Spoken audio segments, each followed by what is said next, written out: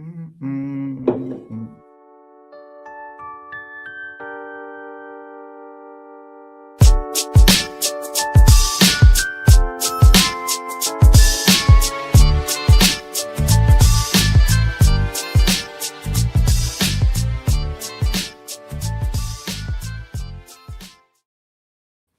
morning, good afternoon, good evening, good night, wherever you are in the world. This is Brunch Boxing. I'm your host, Matt, and I am here with the voice of Brunch Boxing, the master of the walk and talk, the master of the sit and spit, the John Madden of boxing himself.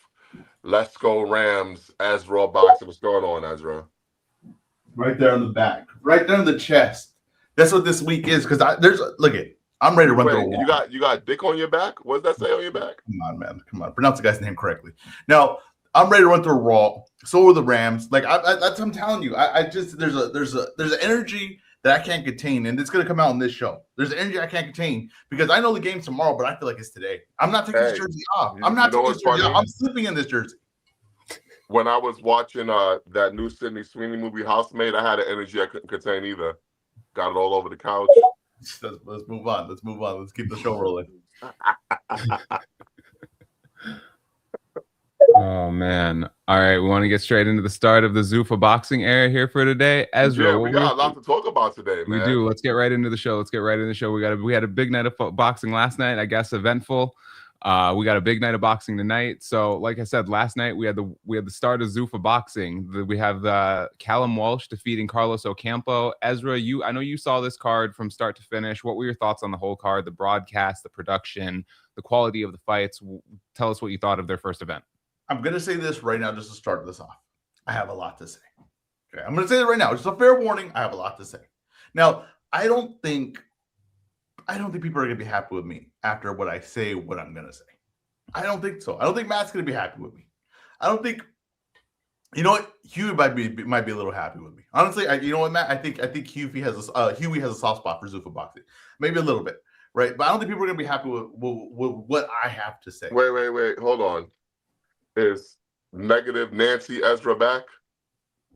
No, positive Ezra's back. Positive Ezra never left. He's about to speak very glowingly. He's about to speak very glowingly of Zuffa Boxing. I can tell. The problem is that when you ask for positive Ezra, people are not assuming what I'm going to be positive about. People are going to be asking for negative Ezra back after right now what I just say. But I'm going to tell you what I saw last night. Last night, what I saw, it was, of course, A sides versus B sides. But the B sides didn't look like they weren't meant to be there. The B sides didn't look like they were just there to get beat up and collect a check. The B sides looked like they still believed in their career in there when they got in the ring. Now, the thing with boxing is it's such a great product. It just needs a system in place for it to do its thing. The promoters, honestly, right now, like I don't think Dana White's that great of a promoter. Honestly, I don't think he's a great promoter. I think the UFC, there's a whole thing on why that worked, but I don't necessarily think it was Dana White. I just think that he maybe was like the perfect image of it, but I don't think he's a great promoter. But I don't think that we have a lot of great promoters today. I mean, Matt, do you think we have a lot of great promoters today? The major promoters, do we have? When you say a lot, what number are we looking for? Anything over 2. Yes. We have over 2 great promoters today. Yes. Okay. I don't know. I don't know about that. But here's the thing, right? Boxing is such a good product. It's such a good product. If you could just put it out there to the masses, if you could just put it in there with some structure and make it easy for people to find, it's going to deliver. Now, like I said, I don't want to talk too long, right? But there is a thing with the UFC. When it came around, when it first started, it was, all these different styles, and it was like blood sport, and people were curious about that, a real life blood sport. They tuned in. Now, what made it go away, right, was because jiu-jitsu became the conqueror of it all. And the problem is jiu-jitsu is not that fun to watch. So people said, okay, this was cool, and I didn't know it was going to happen, but I was hoping that a guy like Jean-Claude Van Damme would win. I was hoping that a guy like Bruce Lee would win. When it was a boring grappling match, people turned away. It didn't work. Now they came back after some years and they said, okay, we're going to get this a little bit more structured. We're going to put some rules to it. and they hit fire with a guy like Chuck Liddell, a guy that was a brawler, right? They hit fire with guys like Quentin Rampage, hit fire with a guy just Shamrock. yeah, they just hit fire with brawlers. They hit fire with some brawlers. They hit some fire with some guys that could knock a guy out and had tattoos and looked a certain way. And it wasn't a guy that could make it in boxing, but in this sport, he was a top guy, right? And and there were predominantly white fighters. So there was a fan base for it. And it was something different, and it was something violent and unexpected, and it worked, right? But then eventually, right, over time, people start figuring out things. They start figuring out the styles that work correctly. And it went back to the base that worked best for it, which was wrestling. And wrestling took over the sport again, right? And the problem is that wrestling isn't that exciting, okay? And then the next problem you have is the best wrestlers that fight in MMA were not American. They came from places like Dagestan, came from places like Russia, Georgia, right? And then you had a bunch of guys that came in, dominated. Georgia's in America. No, not that Georgia. Oh. And they came in and dominated the sport. But the problem is they really couldn't relate. They don't relate really to our culture. They're not what we would say, oh, well, that's something cool that I want to be like that guy. Or this is something that is within what I'm looking for as for a star. You weren't going to have that. So now you had a style that wasn't necessarily entertaining, and you had guys that weren't star power here. Okay, that's the problem with UFC has right now. The demographic and the guys that are stars are not relatable really to the fans. So they have a limit on star power, and fighting needs star power. With boxing, the format they have works. The structure works, right? But the thing that's going to work for them, and it won't be because of them, it won't be because of their thought process, is because the sport of boxing is a lot of Americans, right? The best fighters are Americans.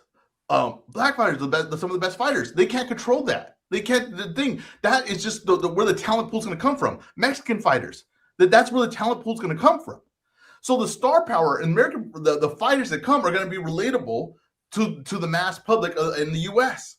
So the stars will come as long as they have a structure and a format that works. I know that the UFC doesn't know what a star is. I know that they're not going to market to the right people because they put Irish kid as the main event because they think, well, that's going to be like our Conor McGregor, right? White guy, Irish guy. He's the main event, and he could be a guy we could build around. Now, anyone that watches boxing knows that Colin Walsh does not have the goods to be a top fighter, right? And maybe you can even say, oh, well, maybe he could be the top fighter in Zuffa, right? And me, I still think that's very questionable. I don't necessarily think that's going to work out. But I know that if they keep just the structure, they keep it consistent, and they keep it in front of people's eyeballs, the stars are going to pop out. The stars are going to be relatable to people, and people are going to continue to watch. What I saw last night, and there was mistakes made. There definitely were mistakes made. But what I saw last night, in every fight that I saw, I didn't see a B-side that didn't look like he had a chance. I did not see that. I did that. They did keep up to their pace. I saw really good production. I thought the production was great last night. And the product was good because boxing's good. Boxing is the superior product. Wrestling and boxing have been around since the Olympic days. Okay, the reason one made it as a thing that everybody watches is because it's so damn entertaining, and that's boxing. Boxing is going to prevail as long as it has people there to watch it. Okay, the other promotions and all that don't really have that. So Zuffa could win on just that, but they can also just win on just consistency, putting guys out there, you recognizing them, and then putting them on 3 times a year. And I'm just seeing them over and over again, and making it easy for a fan to just digest it. That just really is. You don't have to chase it. You don't have to follow 1,000 different things. It's just right here. So what I saw last night was a structure that I think can really, really work. And it's not because, oh, Dana White did this and that. It's just because it has structure. It's just because it has structure. When you go into a fight and the A side and the B side are on with the same guy, then it doesn't feel like you need the A side to win. It doesn't feel like they're pushing for the A side to win. It doesn't feel like, oh, well, they're pushing the narrative to here. It doesn't feel like the B guy doesn't have a shot in the fight. That is kind of important. I also didn't feel like, oh, well, they're sending in a guy that's a tow truck driver for the most part of his life. It felt like they were sending in legit fighters. All the guys look like legit athletes. It looked like almost there was like some kind of barrier of entry where the guys that were in there looked like legit fighters. They looked like they were trained. They look, it just didn't look like a guy that just had rolled out of bed. You know, the boxing we have shenanigans like that. It's just what it is. But last night I didn't get a feel for that. Like I said, I think that this can really work. Right now, let's see if they get the talent. That's going to be important. The next step would be like, what kind of talent are they going to bring in? The big mistake is that I thought they made was, like I said, they protected Colin Walsh last night. They gave him a journeyman. They should have gave him a young undefeated guy just like him, like how everybody else got in the fight. Everyone else got a guy that was undefeated or only one loss that was still felt like he could do something in the sport.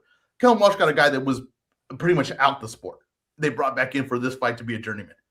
I thought that was a mistake. I thought that left a kind of like a bad note on the night because it was basically doing what they said everybody else was doing. They were protecting a guy. They should have kept him fighting a young guy that thought he had a shot in the fight. But other than that, I'll be honest with you, I like the product. They got to allow the guys to be creative. They got to allow the guys to express themselves. Not everybody wearing the same stuff. I don't know if they'll do that. I think that would definitely help. Star power definitely help people get. They said they won't do that. I know. So that the one thing that kind of like puts a damper on, you know, building up a guy and being able to express himself. But I think they did a good job of kind of explaining each guy's story and getting you to know them right before they walked out in the ring. And one thing my brother said, it was like, you feel like you pick a side. As soon as they walk out, you pick a guy from the story you hear and you're like, oh, I want that guy to win. As soon as they walk out, you already kind of in with the fight. I'm just gonna say I liked it. I'm gonna be honest with you. I liked it, and I see the structure that can work there because I think boxing's so good. As long as they had that, it could do some good things. You guys go ahead. I gotta be honest, Ezra. You said a whole lot of nothing. All right. I don't even understand what point you're making. What's your overall point? It has the format and structure and consistency is basically like I said, it's easy and access for people to watch. It's not, if it's going to be consistent, you're going to have the same guys on the cards. They're going to fight over 3 times a year, 2 times a year, and you don't have to follow 1,000 different storylines. The product of boxing is so good. We know how good the product of boxing is, that this will work. This will be very, very successful. The one issue we know is like the talent-wise, are they going to get all the good guys? But if people are only watching this and they're not watching the other stuff, and this is easy to watch, and like I said, the product is so good, boxing's so good that it's not that hard. You just put good guys versus each other, guys that are competitive against each other, guys that are on the same level against each other, guys that are still think they have a shot in boxing, and they're not, like you said, this guy doesn't know how to lose, right? You put a bunch of guys in there like that don't know, that aren't basically losers at this point, aren't guys that are just opponents at this point. I think you get a good product.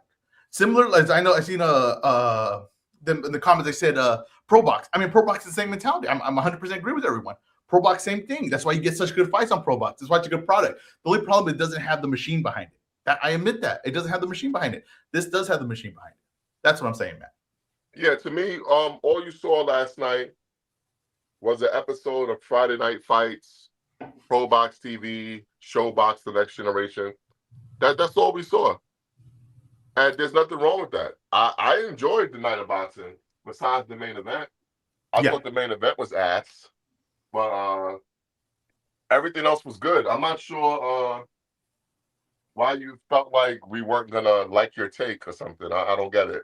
I feel like people are weary to the Zuffa Boxing. I think they're weary of this thing coming in. And for the reasons I do get that. Because like I said, I've been negative about Dana White. I've been negative about the people that they're in charge of it. I get it. But you did say, you're right. It was Friday Night Fights. It was Pro Box. It was all those things. But you know what the funny thing is? Those are some of the best cards. What I'm saying is if this is the new business model and they can get the top guys, and this is the way the cards are going to be like, right? Where you're going to get competitive fights and they're not going to be hard to make, and they're just going to kind of go through like their own ranking and just say, hey, this guy's 5 and this guy's first 6 and they're top fighters. Well, then boxing's going to take off, because we've been saying, we know that cards we know that if good guys fight each other consistently and guys, the rankings right next to each other fight each other consistently, it's a very, very good product, right? So this thing has the structure to basically say, hey, this guy's ranked here, they fight each other, let's move on to the next thing. That's what I'm saying. I'm saying this is Friday Night Fights, but if they can get the actual names and they, like I said, they have actual money behind it. Because the problem with Friday Night Fights, it only has a limited amount of money. Problem with Boxing After Dark, a little bit amount of money. A problem with Pro Box is still a limited amount of money. If this thing has a massive structure behind it and the money behind it, the production behind it, I mean, it's a different feel. But you're gonna get a better product. Ezra, let's hope so. Your grade going into this last week was an F. What's your post fight? What's your post card grade?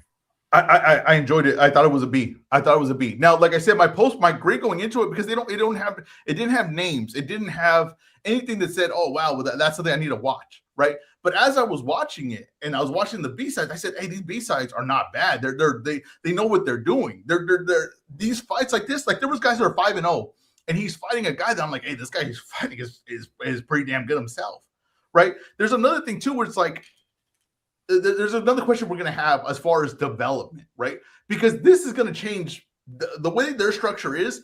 Development's going to kind of go out the window a little bit, right? Like your development, if you're 5-0 and you go into there, you're going to have to fight a guy that's like in the top 20 of their ranking, wherever their ranking is, right? Their top 20. And your development's going to be working your way up the ranks from 20 to 1. That's going to be development. So if you're certain guys or certain styles are not going to have the time to develop like before, you're going to get a thing where it's like either you got it or you kind of don't in boxing. Now, I can see the pros and cons to that, but sometimes I feel like boxing doesn't have a barrier of entry. This might make a barrier of entry into the sport. That's the one thing that I'm seeing.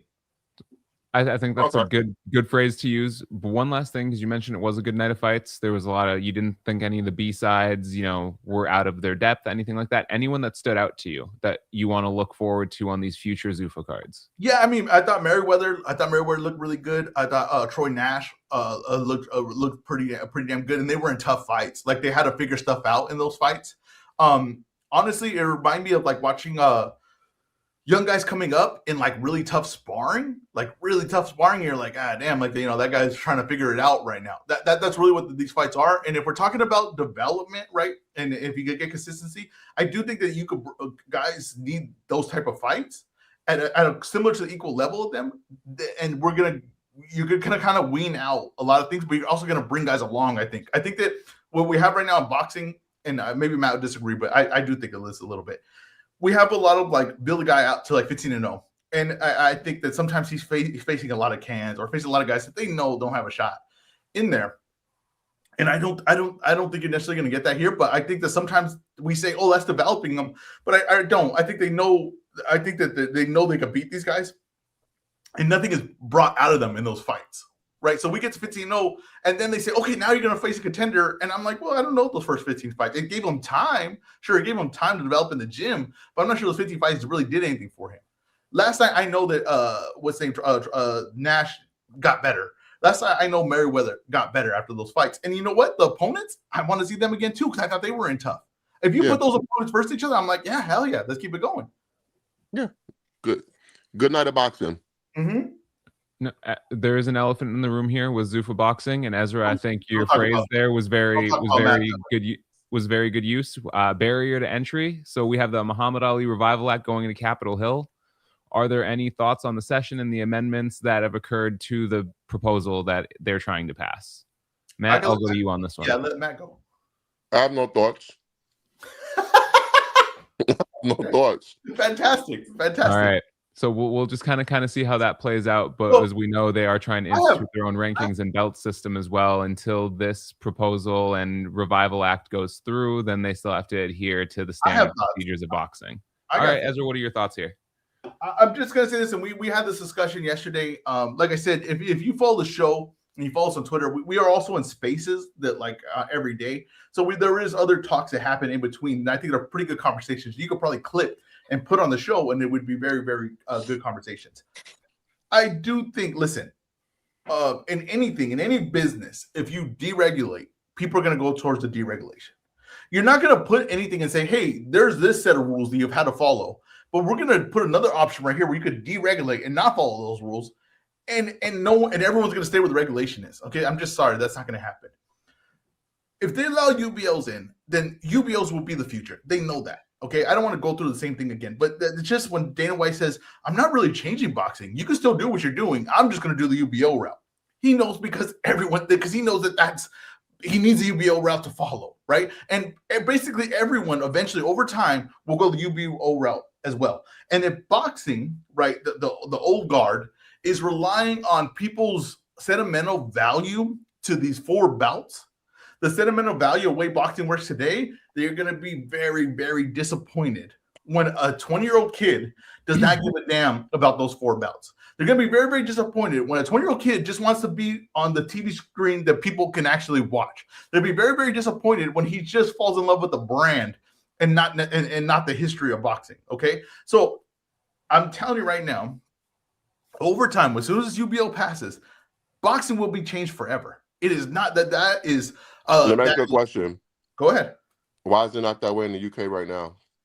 Because the world of boxing, as far as like U.S. fighters, the highest level, the most the money's made follows that rule. So they're within that rule now. But they do have their own European champions. They do have their own little thing like that, and they do have a thing that's basically their own structure, right? But they know at the highest level to make the most money and to fight the guys that are also famous, you have to fight within the system that the U.S. goes. The U.S. controls the market. So I know we can say, why does Japan do this? But why does the UK do this? Because the US is the most important market in boxing. Whatever the US does, that's the way everybody else is going to go. But the UK has champions as well. You can go and watch the UK championship and you'll be like, what the hell is this? And they'll have a fan base and those guys will be like, I can't believe this guy's the UK heavyweight champion of the world. And they like those belts. They respect those belts. I'm just telling you, in here, the most important market in boxing, I don't care what anyone says, the most important market in boxing, if this changes, it will change everything. That's just the truth of it. People will go towards deregulation. They will go towards the advantages of being able to control a belt, being able to control rankings, and being able to control contracts. Okay, that's 100%. So when Dana White says, oh, I didn't change anything, they can still do what they want to do, he's saying that with a smirk. Dana White thinks you're an idiot, and he might be right. Okay, that's the truth of it. People, when they say this stuff to you, they think you're a fool. And that's why he says these things, because he doesn't think you'll look into it or you know any better. That once they put this in, everything else is done. So you're telling me everyone's going to have their own belt? Pretty soon, eventually. Maybe not immediately, but eventually. When you say eventually, give me a timetable. But let me tell you this though. Give me a timetable. 10 years. Now, and what I'm telling you right now though is, hold on, Huey. Can you add this to our checklist? Mark it in. But here's the thing: is that as funny as to say everyone has a belt, but what this does is it allows a brand, right? It allows a brand to make its bout the most valuable. That's the problem, because MMA has a bunch of UBOs. MMA has a bunch of different leagues, but only one belt, because its brand is so well, because it has the following, is the one that means anything. No one cares who the PFL champion is right now. No one cares who the one champion is right now. The UFC champion is the MMA champion. That is it. He is the guy. So when they do the UBO, everyone might have a belt, but everyone might not be around. You might be lesser, much lesser, because the one thing that has all the money in the system in place, like it's like anything else. Netflix was first to streaming. They have all the advantages. They worked out all the things. Everyone else is now chasing Netflix. What Zuffa is going to be the first UBO. Now, I'm not saying that Zuffa is 100% the thing that's going to do it. I'm just saying that structure works, and they have a huge advantage because they're going in being a UBO. Everyone else now would have to build that and would have to make that thing and follow along with that. Like I said, in 10 years, this whole thing, the 4 bouts on that. You know what's funny? What you're saying is exactly why you're wrong. Tell me. If you know that Zuffa is going to have all the advantages over other UBOs, why would you follow the UBO system instead of following the system where you can make your money and survive? It doesn't make any sense. Why would you try to create a UBO when you don't have the financial backing of Zuffa, so you're not going to be able to compete with them? Basically, what you're saying is that all these promoters are idiots, and they're going to try to compete with the UBO model with their own UBO and get crushed and gobbled up by the TKO UBO, instead of following the system that we have that works for them, where they can make them make their money. But here's the thing, though, right? Here's the thing.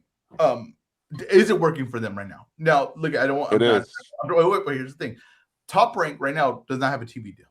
Okay, Golden Boy right now, where there's an argument and lawsuits whether they have a TV deal or what's going to happen going forward with them in the zone. A lot of other places are not having consistent shows. They're not having consistent cards. And what's going to happen is these guys are going to go to a place that says, well, hell, the market seems dead everywhere else, right? If a lot of these guys are basing their thing on like, well, Turkey's going to keep funding it, Turkey's going to keep funding it, they're going to go to the thing that says, oh, this is established. Now, the reason why I'm saying, you're wrong. You're wrong. Okay, but a lot of these guys are riding out the Turkey storm. Actually, they're not waiting on Turkey to fund something. But here's the thing. Here's the thing. I'm broke right now, so I had to go to the soup kitchen to get a meal the other day. And as I was standing in line, I looked to the left, I looked to the right, I looked in front, I looked in back of me. I did not see Bob Arum. I did not see Al Heyman. I did not see any of these guys standing in the soup line with me. Okay, so I think they're doing just fine, Ezra. Let's not be all doom and gloom. We're forecasting the apocalypse. You sound like the Y2K scare.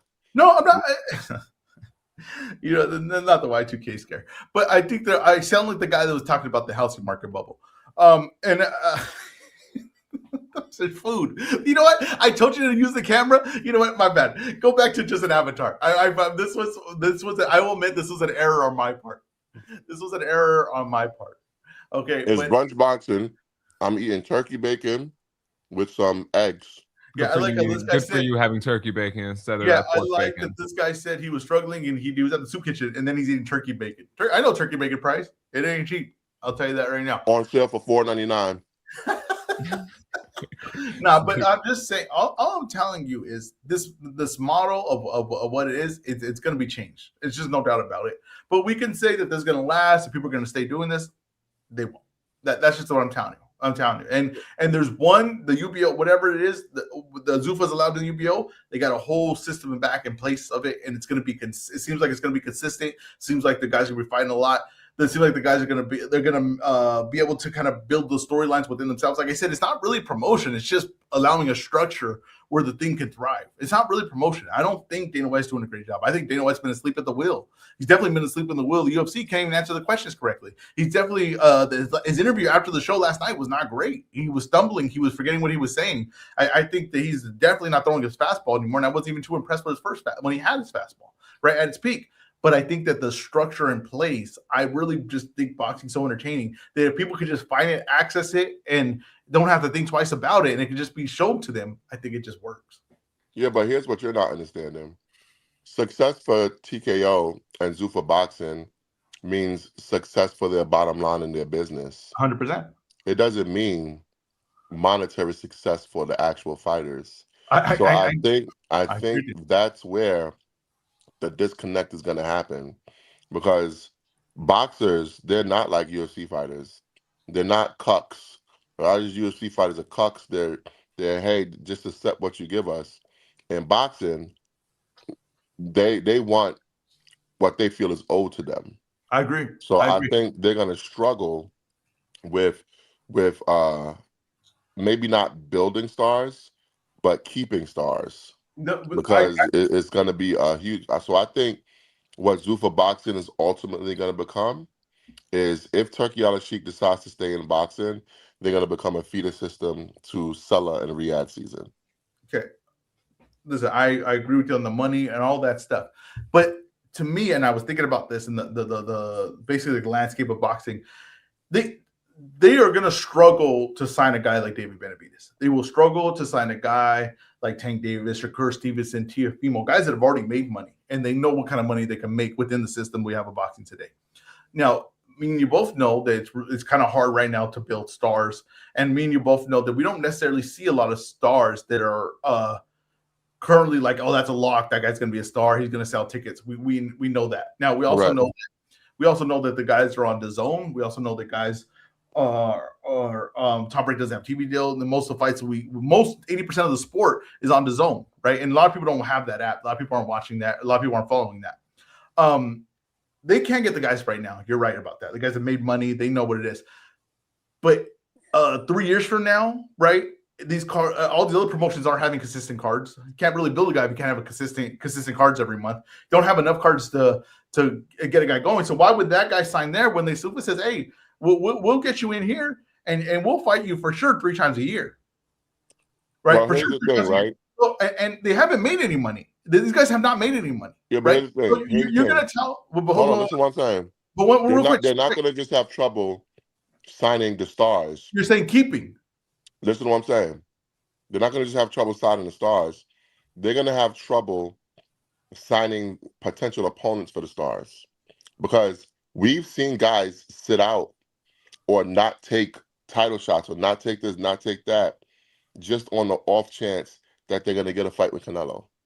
We've seen guys do that. Boxers just have a different mentality. I agree with you. You keep talking about activity. So I could fight 4 times a year for $2 million, or I can fight 2 times a year for $2 million or $3 million. No, what you think I'm going to do? I'm with you on that, but that's within the structure we have now. What I'm saying is down the line, if you don't have a system where you could keep building guys like that, you're not going to have you're saying what you're saying for the Zuffa is what I'm saying for the other promotions. I'm saying if you can't even get the guys to build them at that point, then how would you go and take them at that point? What structure will you have? That's what I'm telling you about. The structure, the reason why the UBO is going to the UBO, basically a lot of these ones are going to take the UBO model or try to do the UBO model at least, is because they can control their own system, right? They control their own ranking, control their own belts, and then that way they can build guys up within the system they want to do, right? But if you're saying 5 years from now, and the young guys are signing with Zuffa, and they're kind of getting built up through there, and they're getting the notoriety through there, and you're saying, oh, at one point, then when they get to become champs, they're going to sign with someone else. Well, the other someone might not be there. We don't know where Top Rank's going to be. Who was the last guy that TKO built from the ground up? No one. That's what I'm saying. But this isn't. But here's the thing, though. This really isn't Turkey, though.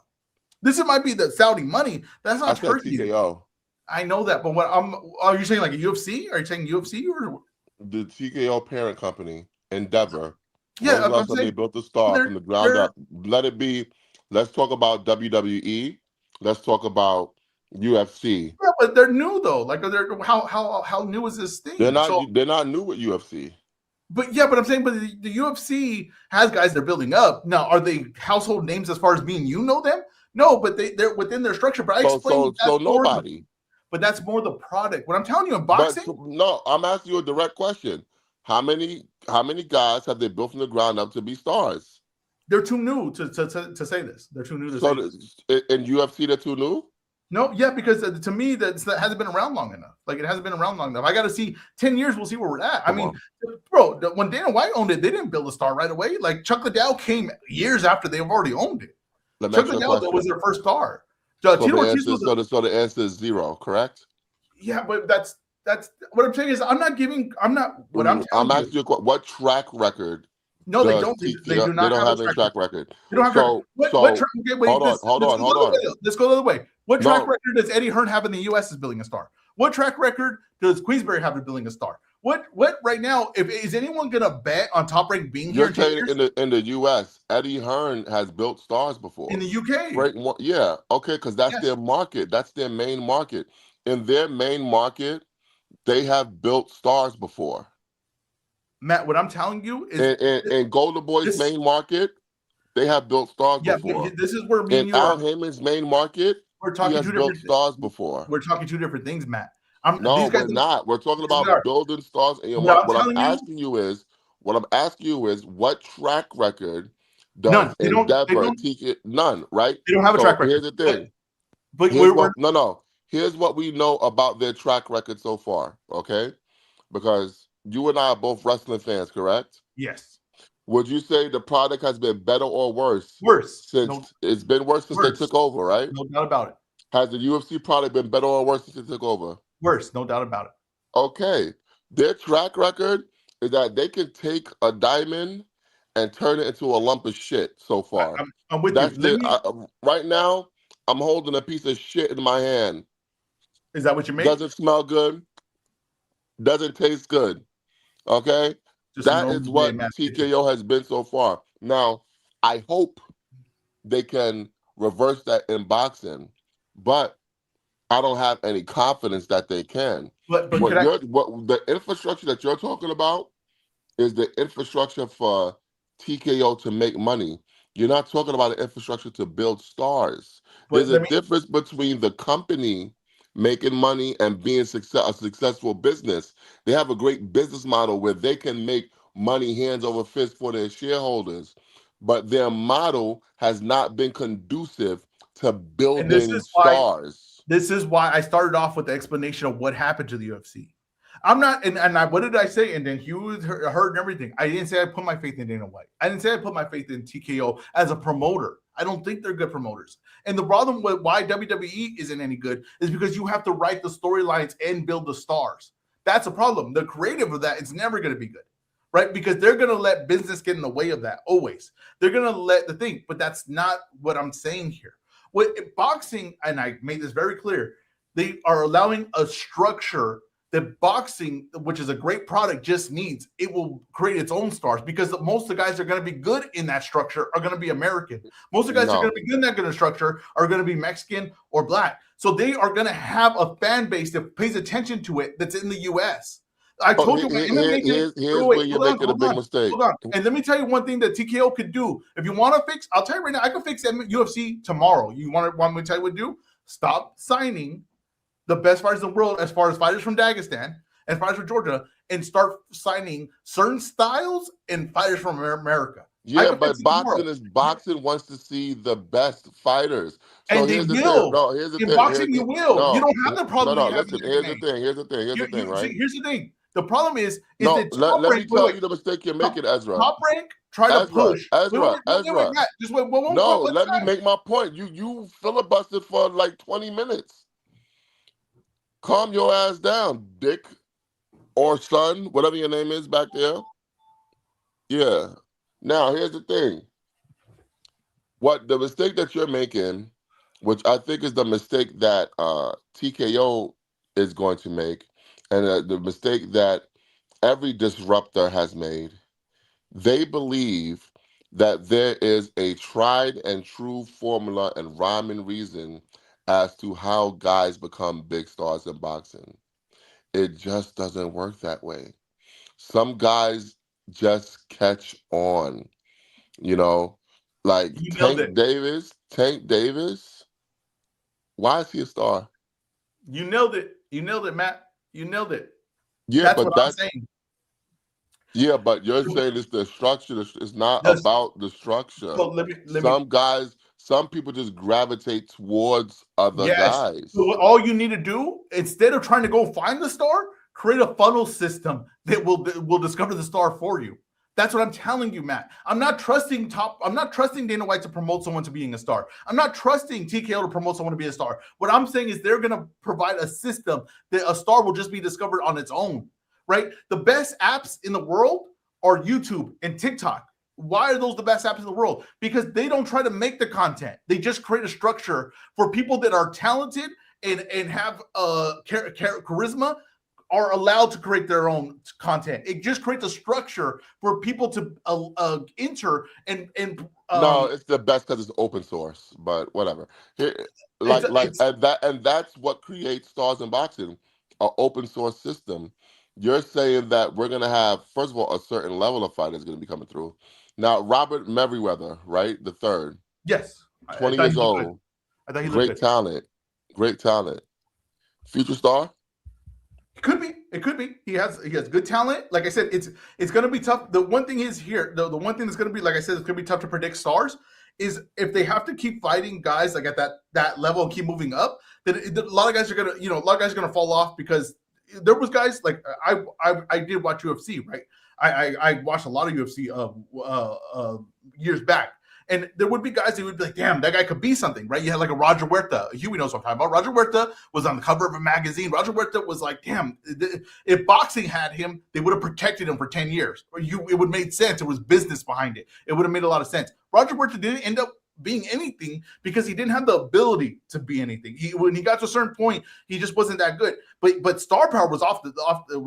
It was insane. The dude looked like an actor. The dude, he had everything. He had everything, but he just didn't have enough ability. So it's hard to say. I don't know if these guys are going to lock in to be stars, but I thought when I saw Merriweather yesterday, I'm very interested in watching him again. I thought I saw a talented guy, and was this your first time watching him?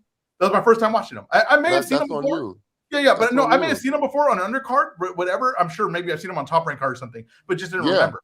He's been on top rank. That's what I'm saying. I know, but what I'm saying is, and this is even better explained with me. I didn't even remember that I seen him on there. On this, I'm like, oh, yeah, but that's on you. I get you, Matt. What I'm saying is, I get you're blaming me for not being more focused and paying attention. What I'm telling you is the casual fan and people that are watching this are me times 10. Okay, are me times 10. They're not being like, oh, let me follow this guy. We're just gonna fight him to zone next, or maybe I'll see him on Amazon. No, that's not what they're trying to do. I guarantee you, there was not a casual. First of all, there wasn't a casual fan that was watching this last night. Okay. Well, I mean, I think there were some casuals watching. I don't think so. Here's the thing, right? They talked about this on ESPN. They talked about this on matter. It doesn't matter, bro. Did you know that their press conferences and weigh-ins only did like 1,100 viewers? What I don't want to do is I don't want to get platforms. I don't want to get an argument that last night had to be some super success because I'm not saying it had to be. What I'm saying is that you're over exaggerating the reach and what we saw last night. No, I'm not. I think it was a good start product wise. Now comes the promotion. Now we need to see the promotion. Okay. And I'm telling you that the promotion, as long as they have the place to put advertisements, as long as they have the place to put commercials, as long as they could get it with other big events, which the TKO will make money. But I'm talking about building stars, EzRaw. But people will pay attention. Will pay attention. We'll see. We've spent 40 minutes on this topic. Let's are there any final thoughts before we move on to the next one? I think we got to keep the show moving. Let's keep it rolling. All right. Yeah, I can't wait till next week. All right, so here we go. This week we saw the first press conference for the Ryan Garcia Mario Barrios fight on February 21st for the WBC welterweight championship. Did you guys see the bout or the press conferences, and what were your thoughts on the exchanges that occurred? I love the WBC. I did see that part. I also saw Ryan Garcia pull 3 T-shirts out of a bag, and each time it was the wrong shirt. That was hilarious. I was like, why did you make the shirts the same color? Like, how would you know what shirt you were pulling out? It wasn't well thought out. It was like the clown pulling out the tissue that keeps going. Yes. The Ryan Garcia show, man. The circus is back in town. It is. I was more curious about Tom Brown and Louis the Cubas, those guys. There was a lot of thank you, Sulla. Thank you, His Excellency Turkey Al-Sheikh. The takeover is here. That's what I took out of it. The takeover is here, but that is going to be a overarching theme in boxing in 2026. When it comes to what we saw on a micro level with Ryan Garcia and Mario Barrios, I see a Garcia that on his surface looks frustrated and cranky and upset with the Joe Goosen thing. You know, maybe that's going to give him extra motivation.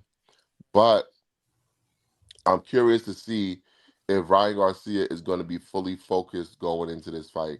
Because I'll be honest with you, if he loses to Mario Barrios, that's it for Ryan Garcia. He can't come back from it.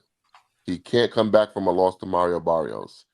You know, he had the scandal with Haney. He had the loss to Rolly Romero. If he loses this one, it's over. There's going to be no more belief in him, you know, that he can be the star that he was made to be. So it's a very important fight for him. I hope he's focused. I'm not too sure that he's 100% focused, and we'll talk about that very shortly. But that's what I really gleaned from it. Yeah, you're 100% right. I mean, if this talent, if this thing is going to be anything, this is his last shot to actually be anything. I mean, that's to me. If you're gonna have any faith in this guy can do anything, it has to show up versus that fight. I think that honestly, mentally, I've seen him in worse spots, so I think he looks all right mentally. Like he looks at least he don't look like a mess. I think that he's got all over the place with his stuff, but he's kind of always been kind of like that, right? So I don't know what to take from that as far as like he just looks like he's not losing his mind, which I've seen him in press conferences look like he's losing his mind. So I think that's a positive sign. Listen, Barrios is a big guy. I keep saying about this fight, I would not be surprised that if Ryan Garcia has to get off the canvas early to win this fight. I wouldn't be surprised if both these guys see the canvas. I think this is an excellent matchup. I think this is a really interesting fight. And I think that if this is the one thing to see, is Ryan ever going to figure this out? Are they ever going to figure out whatever this he has? Can anyone figure out and contain what he is and make him a high-level fighter in the ring? Like I said, I love this matchmaking. I love this fight, and I want to see it. I'm very excited. Now, reportedly, Ryan Garcia blew off his appearance on the Ring Show. This is what I'm being told, that he was supposed to appear on the show. He first was running 3 hours late, and then 3 hours turned into, hey, we can't find him, we can't get him on the show. And that might not seem like a big deal, but when it comes to someone like Ryan Garcia, who has shown concentration issues and discipline issues and things of that nature, is Ryan Garcia back on his bullshit, Ezra? He could be. I mean, like I said, I don't see it as far as the press conferences, but who the hell knows, right? It could just be though, like he just didn't want to do it. He's the kind of guy like you never know what he's going to want to do or go through with. I do think he's been pretty decent on that show when he does make appearances on that Ring Show with Max and them. But yeah, I don't know. Like I said, you can't predict with this guy. You don't really know. I think that's a part of the level of excitement. Honestly, you don't know what you're going to get with him. Now, not on the rundown, but very interesting to me, the WBA junior welterweight matchup between Gary Antoine Russell and Andy Hirioka has been confirmed for this particular event. Is that the fight of the night? That's a great fight. It's a great fight. It's right there to me with Ryan and Barrios. But I think that's a very, very good fight. I was really disappointed to see that I wasn't going to be on the Jake Paul fight with the Jake Joshua once it got moved and the Tank fight got canceled. But as long as we're getting it, and I think that's a perfect spot for the winner of that fight. I think it'll be Russell, but I think that's a good spot for them. I think that people need to see how talented whoever wins this fight is, and people need to be aware of them. Yeah, I'm going to be honest. Even without knowing the rest of the card, this card's an A+ for me. That's it. You don't need. It doesn't matter what else is on there, and probably some good stuff will probably still be on there. But right there, that's all. The price of admission is paid for. It's covered. What else we got, Huey? All right. So next up, we have, excuse me, Gervonta Tank Davis reportedly plans to turn himself in to the Miami Garden authorities. Currently, whereabouts still unknown. Matt, do you have any idea where is Tank? Not in the boxing ring. Do you have any idea of when we might be able to find Tank on our screens again? I will go back to the soup kitchen later today. I will look to the left of me. I will look to the right of me. I will look in front, looking back, and I will see if I see Tank. I'm not too sure where he's at. Honestly, I don't really give a shit. I mean, one thing that these boxers need to understand, we only give a shit about you insofar as you get in the boxing ring eventually. So until Tank has a fight scheduled, I think we can move on. All right. Deontay Wilder. Oh, Ezra, that covered it. All right. Deontay Wilder, we covered this in a special edition of the show, is set to return against Derek Chisora in April. What are your thoughts on this matchup? And do you think this ultimately leads to the fight everyone wants to see, at least everyone in our circle of that we speak to on the spaces, Usyk versus Wilder? Go ahead, Ezra. I'll let you eat on this one. Well, I just want to make it clear who broke that news, because Brunch Boxing broke that news. You're not doing the dance. I'm doing the dance. I don't know. What was that? When I go like this, you're supposed to go. No, I'm not doing that. I'm not doing that. we're not You doing don't, you don't be on TikTok? that. I don't be on TikTok. I'm not doing that. That's for sure. I'm not about to be on TikTok doing that. I had no clue what he was doing. Yeah, I don't know what he's doing either. I don't know what the hell. I don't know. You need to get off of TikTok. If that's what TikTok's got you doing, you need to get the hell off of that. But I'll tell you right now, Brunch Boxing broke that news. We broke that news early. Matt broke that news, and it was not an hour. It wasn't a few minutes. It was 2 days before Dan Rafael reported what we already reported. I don't know how you break news that's already broken. And don't tell me, oh, we didn't know you're doing it. They're going to think BS, right? Because, Matt, how much people use our information and talked about it? Man, ESPN, Yahoo, Boxing Scene Ring, The Sun, The Independent, all over the world. All over the world. Sports Illustrated, just all over the world, man. So let me tell you something. Everything I need to know for Dan Rafael as a person is the way he handled this situation and try to steal this as if he broke it. Because I'm going to tell you, the day before he broke it, someone asked him about the news that we broke. And he said, I had heard some rumblings about that. So he had known that it was broken because someone had let him know that, hey, someone's reporting that Wilder and Chisora are fighting. And he answered to it. And then he tried to break it the day after. Okay. So don't give me that nonsense. And Ring trying to go with Dan Rafael breaking it. We see you. We're very aware that Ring knows who we are. We're very aware that Ring knows who Brunch Boxing is. The guy who runs the Ring social media, Michael Benson, he subscribes to the Brunch Boxing website. There you go. So we're very aware that they're aware of us. Okay. So listen, we're not trying to do all the things, but we did break that news and we want full credit for it because that's what the right thing to do. Because we do that for anyone else that breaks news. We never try to steal their stuff. We go and give the proper credit to it. It's even if it's people we don't care for. That's the truth of it. So I'm just saying right now. But this fight, I think, is a fantastic fight. And if I'm looking at people's reactions to this fight, they're actually excited. They're relieved. They're saying, I'm more interested in this than I am Wilder versus Usyk. And if Wilder beats Chisora, I'll be more interested in Usyk versus Wilder. I think this is an excellent matchmaking. This is a fun fight. And I think this fight's going to have people at the edge of their seats because they want to see if Chisora comes in the way he comes in, like a battering ram, and he walks in to Wilder's power, what's going to happen? We all want to see what's going to happen. And those two guys in a pre-fight presser is going to be very entertaining. I'm telling you right now. What you think? Let me ask you a question, Ezra. Who do you have winning that fight, Ezra? I got Chisora. I'm telling you right now. Huey, get this son of a bitch off the field, please. I'm telling you. Oh, we're putting him in. We're putting him in the block party. Yeah, absolutely. You blocked. You is dumb as hell. You blocked, man. You see that? That was you trying to block me, and I hit my Jared Burst on you. Spun, and right there. I can't be blocked. That's what Jared Burst is going to do tomorrow. Now, let me tell you this right now. Wilder in his prime wins that fight. I'm not putting down Wilder. I'm a Wilder guy. I'm a Wilder believer.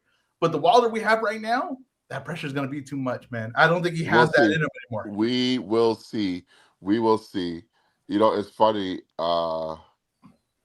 Couple people was asking, "Oh, who was your source for this?" Deontay Wilder. Hey, listen. It doesn't get more of a source than that. You don't get more of a source than that. Listen, shout out to good brother Deontay Wilder. Shout out to the good brother Tay Jones for always facilitating these things, man. You know, listen, Wilder's coming back, and he will be the world heavyweight champion by the end of 2026. Speak it, believe it, receive it. Bomb Squad out. Ezra, this fight is a ways out, so you know what? We will get official predictions for it, but I do want to get it on right now. Early prediction: you pick Chisora, method of victory. Decision. Matt, I know you're going Wilder. Stoppage. The Alabama Slammer, the Slim Reaper, the greatest heavyweight of the last 30 years is back. Wilder KO1. Oh, wow. Okay. All right. Let's see here. So next up on the bout, we have this February 22nd bout between Clarissa Shields and Franchon Cruz-Dezurn, as we see them, exchanging a little bit more leading into this fight. Matt, what do you think going into this? Does Clarissa have some competition for her titles? I'm wondering if Clarissa Shields has finally met her match. Has Clarissa Shields bitten off more than she can chew? Franchon Cruz Dezern has been champing at the bit to get this fight with Clarissa Shields. And I think we are going to get the very best version of Franchon Cruz against Clarissa Shields. Now, does that mean that that's enough to beat Clarissa Shields? That remains to be seen. But Shields looks rattled. She Oh, looks really? rattled. Oh, really? She looks rattled. And Cruz looks as confident as I have ever seen her. So I'm wondering as we get closer to the fight, how is this going to play out? You know, Clarissa Shields has been talking about starting a family. Clarissa Shields has been talking about doing things other than boxing. As Is reported on she here on Brunch Boxing. is she 1 foot out the door? I, To me, in boxing, you either got to be all in or you got to be all out. Ain't no half stepping in this sport because boxing is a sport that will humble even the greatest of fighters. Is she focused? I hope she is because Franchon Cruz is coming with everything that she's got. And I cannot wait for February 22nd, live from the zone. Uh, I call it the showdown in Motown. Let's go. I like the name. Yeah, I think look at Carissa Shields has a lot of things going on in her life right now. I think she has it's like you said, it's a point where she's like she's looking at the end. Maybe she's looking at the end of the line and saying, "Hey, this is I've done a lot in the sport, done a lot. I've fought in May, I've done a lot of things, and maybe I see a family, and maybe I see all these things." So you're right. Um, when a fighter has those things, it takes a little bit, right? Just a little bit to be off for things to go south. But I think that Carissa Shields is just so talented compared to all the competition.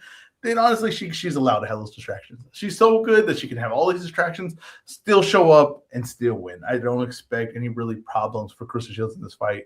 Carissa Shields still going to win. She's going to me, win comfortably. And like I said, to talent allows for a lot of nonsense. That's why it's the most talented guys in the NFL. The coaches allow them to do a lot of nonsense because they're like, what are you going to do? What am I going to tell them? You know what I mean? Type of thing. That's Chris Shields is. I see a lot. To me, it's a lot going on. It's a lot going on. She'll still be too good to lose this fight. All right, we'll see. Only time will tell.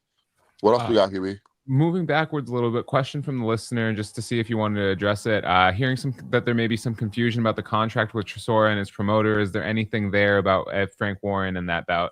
Well, Frank Warren claims that he still has a contract with Derek Chisora. So we'll see if Frank Warren attempts litigation to stop the fight from happening. All right. Thank you for sharing and clarifying that one there.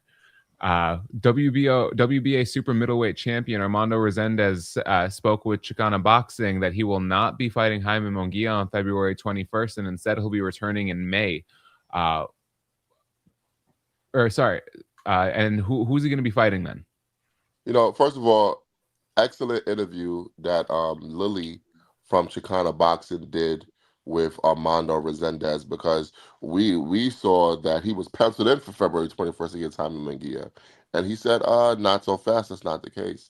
Who is he going to fight? Could it still be Munguia? Not too sure. I'm going to assume that if he's fighting in May, I'm looking at that Benavidez versus Zerto card, which means it's a fluid situation because he could be fighting a PBC guy because he is a PBC guy, or he could be fighting a Golden Boy guy, which would be who? Not Munguia. Munguia is not with Golden Boy anymore. Munguia is with Top Rank. It could be, Beck the Bully. Who knows? I'm very interested. It could be Edgar Berlanga. Question. Could be Jamal Charlo. Who knows? Is there any chance this is like a ring card? Yes. There's a chance. Yes. Okay. All right. I think as we saw with the situation with Ryan Garcia and Mario Barrios, anything can happen at this point in the sport of boxing. Like I said, 2026, there's going to be an overarching theme of the takeover of Turkey Al-Sheikh happening in boxing. That's going to be the overarching theme. So I'm very curious to see, what fights PBC and Louis DeCubas Jr. decides to keep on the Amazon platform, and what fights they decide to sell off to Turkey Al Sheikh. Yeah, like I said, it's funny. We could, if you have like a bingo card for the super middleweight, and you wanted to hear every rumored announcement you possibly can from every possible guy in the top 10 of the rankings, we officially heard them all. I've heard Mbili versus Shiraz. I've heard Mbili versus Munguia. I've heard Munguia versus Resendez. I've heard Resendez versus Berlenga. I've heard Shiraz versus Pacheco. I've heard Pacheco versus Munguia. Okay, I've heard them all. Every one of them I have heard. Okay, So but there all is you're one telling me is that we need a round robin tournament for 168. Yes, we do need a round robin tournament. And I know that King Pete would say that Americans don't understand round robin tournaments. Their minds cannot wrap their heads on how a round robin tournament works. But I think that would be a very good idea, Matt. But what I'm mostly saying, though, is give me some damn fights now. This is a really fun division. It's very level playing field sort of division. I really don't know who's going to come out on top in this division. But make the damn fights. Stop giving me rumors. Stop just getting the speculation. Get these guys in the damn ring, and let's figure out who the best is. But you know what's funny about what you said? You mentioned all these amalgamations of matches, all these mixing and matching. One name you didn't mention, Osleys Iglesias. Nobody wants smoke with the tornado. It doesn't make any money. How much money does Amanda Resendez make? I don't know, more than that. It doesn't make any money. There's no money there. Hey. Iglesias got a whole country behind him. I love it. Like I said, Iglesias could be the best guy in the division. Don't get me wrong. He could be the guy that comes out on top. And in a while, we could be like, hey, everybody wants to see him. But right now, no money. All right. Mike, can you guys hear Mike? Because I can see Mike. Yeah. And let me tell you something. Mike looks great today. He looks glorious today. I feel bad for him because his team was eliminated last week in the playoffs. It was the first time ever that two teams were eliminated from the same game. The Bills and the Broncos were both eliminated from the playoffs last week. How you doing, Mike? No introduction for the COO of Brunch Boxing. I'm doing fine. Did I lose him? No, he froze. Mike, Freeze, am I okay? You're back. You're good now. You're good. I hear you now. Oh yeah, Ezra, you've been wrong about my team all year. I don't expect you to be right about it. I say stick to boxing. That's your thing. I just don't want any excuses, Mike, because you said Bo Nix getting hurt didn't matter. Instead of being in there, basically the same thing. So I want to hear excuses, Mike. Not skipping a beat. Not skipping a beat. Okay. Good and good. Good and good. We're not like you guys. One man goes down, your whole team goes down. We already know that. Oh, is that right? I mean, because I remember us winning a Super Bowl and Odell Beckham going down. And I remember us winning a Super Bowl, Odell Beckham going down. He was like your third receiver. Odell Beckham was our third receiver. Yes. No, he was not. What are you guys talking about? I tell you, this guy does not know Cooper football. Kupp, Bobby Trees, and Odell Beckham. Bro, Odell Beckham was the clear number two. It was a clear number two on that thing. That's unbelievable. You guys are saying this. Fuck up. You got him in like week 10. What is happening right now? I don't know what's wrong with you, Ezra. What is happening? Mike, I see you with Starbucks. I inspired that. What was the message they wrote on the side? I'm just curious. They write a message on the cup now. What did they say? Go Broncos. It says you matter. Yeah, you do, Mike. And that's what let me tell you something. You go to a lot of Starbucks, right? You do a lot of Starbucks runs, right? And those messages, you think they're nothing, but I read them every day. I totally never read one. I totally never read one in my life. I just assumed it was my name or something. I'm just telling you. No, it's let me tell you, like, here's the thing about me, Ezra, is I love me some me. Yeah, I don't need nobody to pump me up. Hey, you know the best thing that happened in this place. That's how I feel every day. You don't have to explain that theory to me, Mike. I tell you right now, I think there should be only one shot here, and it should just be me on the picture, the thing of it. Hey, and then judging by the name on the back of Ezra's jersey, he loves getting pumped up. Oh, he loves that. He loves that. He loves the first four letters. I will. He loves that first four letters on his back. I will say this. You're at a classy Starbucks, a Starbucks that cares by the message they write in the cup. Because some just put like good or great or have a good nice day. But then someone put like you're awesome or you're gonna kill it today. It's just fantastic. Let me tell you something. It's just class act. It's one of the best things Starbucks has entered. Hey, listen, my wife might fuck somebody up if the wrong person puts the wrong message on that cup. Oh man! All right, what we got next? You, Mike. Well, before we just brought Mike onto the show. Mike, did you have anything to add on any of the recent topics we spoke about, either the Deontay Wilder, Clarissa Shields, or Amanda Resendez situations before we move on? Everybody knows this. Why we play stupid, but Wilder is good for boxing. Like he's been great for boxing. How you can root against him is crazy. So, should be a good event. If he makes it to San Francisco, that'd be a great event. But I'm expecting, I feel like Wilder's been through some tough times, and tough times make tough people. So I'm expecting to see a knockout by Wilder. The Ryan Garcia thing, Barrios. Listen, I'll be in the building for that, regardless. Like I got to see that. That's a good fight. Someone's gonna go hit the canvas. So, I'm always up for, if I know someone's getting knocked out, I'm always up for watching that. And it's even better when you don't know who it's going to be. So yeah, that's it. I love it, Mike.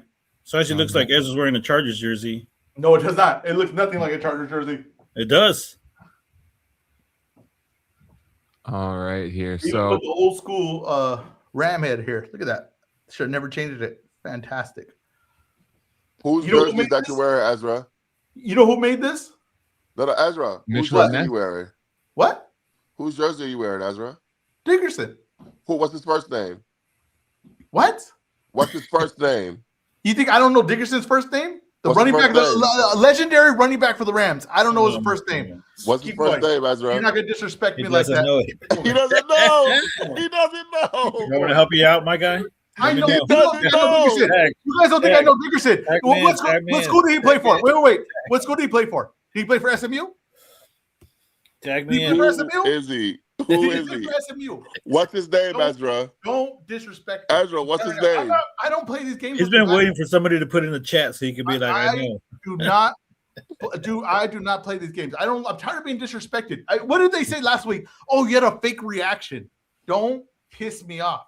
That's what I'm saying. Oh, he had a fake reaction at the end of the game. What did I have to do? I had to show the whole video to J-Ro. I had to show him a 15-minute video of me walking around my room.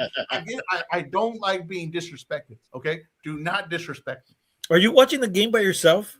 Yes. I'm not going to watch it with anyone else. Oh, dude, come on. Like, you know how much this means to me? I don't need a guy eating chips, talking nonsense. I don't need to be on a space. No, I mean, I make it mandatory. I make it mandatory that the family watches with me. I don't need to be on a space and you guys talking about, oh, well, Jerry Rice had this many receptions in 92. I don't give a damn. Okay, I don't give a damn. I'm watching a game that's actually happening. What about your wife? She knows to leave me alone because I could say something that cannot be forgiven. That's what I'm telling you. No, everyone knows to stay out of my way. I need my lady right here, though. She done seen me at my worst. Ezra doesn't care about Jerry Rice getting 1,000 yards at 40 years old, man. Ezra doesn't care. Don't ever disrespect me. Listen, when we're playing against the Super Bowl, I just want to remind the Rams they are 4-8 at Levi Stadium. Okay, you guys are losers at that stadium. You play the Broncos, you'll be losers again. You better be rooting for the Patriots. I hope we play you, Mike. I hope we play you. I had nothing more that I'd rather play than a non-starting quarterback in the Super Bowl. Hey, hope you get to the Super Bowl. Huh?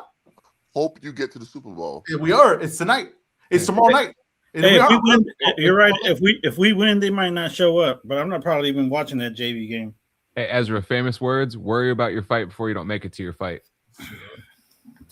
Mike's not gonna make it to his. That was his problem. His coach cried like remember the Titans when the guy got hit by a truck. His coach cried after the winning game after that guy got hit by a truck. And he knew that it was over when he saw that. All right, we got a couple more left here in the news for the day. Some patent pending purse bid head updates. Shout out to Jake Donovan on both of these. Reporting Callum Smith and David Morrell purse bid has been rescheduled for February 2nd. Where do we think this bout lands? Should we have put this on quick hits? I just don't know. You know, I kind of wish PBC would just bid on it. Just bid on a fight. Maybe you'll get it for cheap and put it on one of your cards as like a co-feature. Just bid on the fight. See what people will bid on the fight. Ezra, That's can what you I would take do. out a loan against the business? And can this be the first Brunch Boxing Promotions event? Let me tell you something. There every day when I think of brunch boxing, what it could be, and all these things, there's a little thing that in me that'd be like, can we promote a fight? Could we get to the point where we promote a fight? Because I feel like we understand boxing. And you know the one thing we would do if we promoted a fight, we wouldn't throw a live musical festival with it. That would be it's as much as you think that's not that crazy of an idea. It's almost like a revolutionary idea. We would not throw a live musical festival for it. I don't know where this fight lands. I have no idea. But I just tell you right now, it'll happen. I think. Hey, between all the money you and Mike got, you guys should put a bid together for Brunch Boxing. I just want to, honestly, I just want brunch. Right now, that sounds great. I love that. I just want brunch boxing clip. That's it. I just want to scroll down Twitter and run it through one of my videos. That's it, because that's the only way I watch content is through the 2-minute videos. That's all I'm waiting for. So that's the next thing that if I'm going to invest anything, it will be some kind of clip farmer just clipping our stuff. That's it. So you're gonna pay people to cheat for us? No, I mean just clipping the thing. Ezra, there was a whole article in Rolling Stone about some dude that just did this. You might want to read that. Oh, he made a lot of money. Also, more purse bid news. We briefly spoke about this in past weeks. Dimitri Bivol versus Michael Eifert, February 3rd purse bid. Is anyone going to bid on this? And is Bivol really going to fight Michael Eifert? No one's bidding on this shit. You know what? Maybe Michael Eifert's German promoter might bid something on it, and maybe the bid will be so low that Bivol will drop the belt. What happened? Is this fight really gonna happen? Like, come on. What happened with Bivol and Turkey? I mean, what happened here? I don't get what's happened here. Okay, the Turkey comes out and he says, "I'm allowing him to go fight." I say, "Best wishes, go fight in Russia." Right? Then obviously that money didn't come for that fight, and then nothing came there. Now he can't even get the Eifert fight. Like how much money is Eifert demanding? Right? What's going on here? This guy that is turning down this biggest payday, which would be Benavidez, clear as day. Right now he can't even make an Eifert fight. I don't get what's happening here, but that's very interesting. Seems like he's on the outs. Yeah, who gives a shit, bro? This fight stinks. I don't care about the fight. If it happens, it happens. Let's move on. Yeah. Everyone's favorite part of the show, EzRaw's report card and breakdown. Raymond Muay versus Andy Cruz tonight. If you want, I can pull up the rest of the card and go through those bouts as well. I got it in front of me. Ezra's always prepared now. Yeah, I got it in front of me. But I just said right now, I absolutely love Muay versus Andy Cruz. I love this fight. To me, it's the definition of a 50-50 fight. I think that these are two guys that have been building up. Right, Cruz a lot quicker than Muay, obviously, but two guys that are right there to be like, I want to introduce myself to the top of the weight class, and that's what this fight is. The one guy that wins this is for real, right? And there's a chance that both of these guys are for real. And we just get the one hell of a fight tonight. The Muay fight that we saw last, I think people kind of like just ignored it. What happened? But I thought he looked great against Abdulayev. I can't. Abdulayev. I thought he looked great in that fight. I thought that the part that I really loved were his feet in that fight. His footwork and his movement and activity with his feet, but constantly switching positions, constantly just giving yourself 2 inches to where the guy's just going to come up just short or just shifting just a little bit to the right to where the guy has to reset from where you're at. I thought he was fantastic. I thought his offense and his defense flowed very nicely. Is anyone that knows about giving someone 2 inches is you, Ezra. What's your deal today? I don't get. Are we working blue today? I don't get what's going on. Did I not get the memo? We're gonna work blue today. All right. Well, I don't get what's going on here. But here we go with Andy Cruz. Right, Cruz, a guy with all the amateur experience, high level. Right, and I think that he gives less thought into what he does, not in a negative way.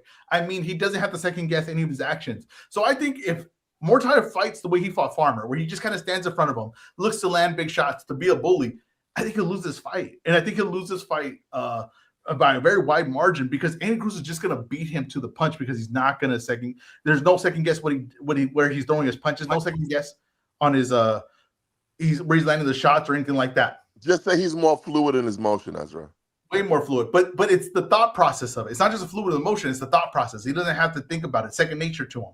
Muay, if he gets to moving, I think that he'll hit Andy he'll be able to hit Andy with shots and eliminate the offense not coming at his way. And I think he'll be very effective. And I think that Andy might have to go back into his boxing bag and moving around because he's been trying to be more of a puncher, more of an entertaining style. And I think he's going to go to a style that maybe he hasn't done in a while. Maybe it's second nature to him, but he hasn't worked on it in a while. And I haven't seen at this fight. I'm taking the guy, to me, that has the more power. To me, the guy that has the more experience in a pro ring.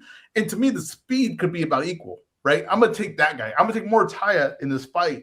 But this is one of those things where, like, the talent in there, I just want to see what it looks like. The card, you got Cole versus Hart. Cole missed weight by 7 pounds. Did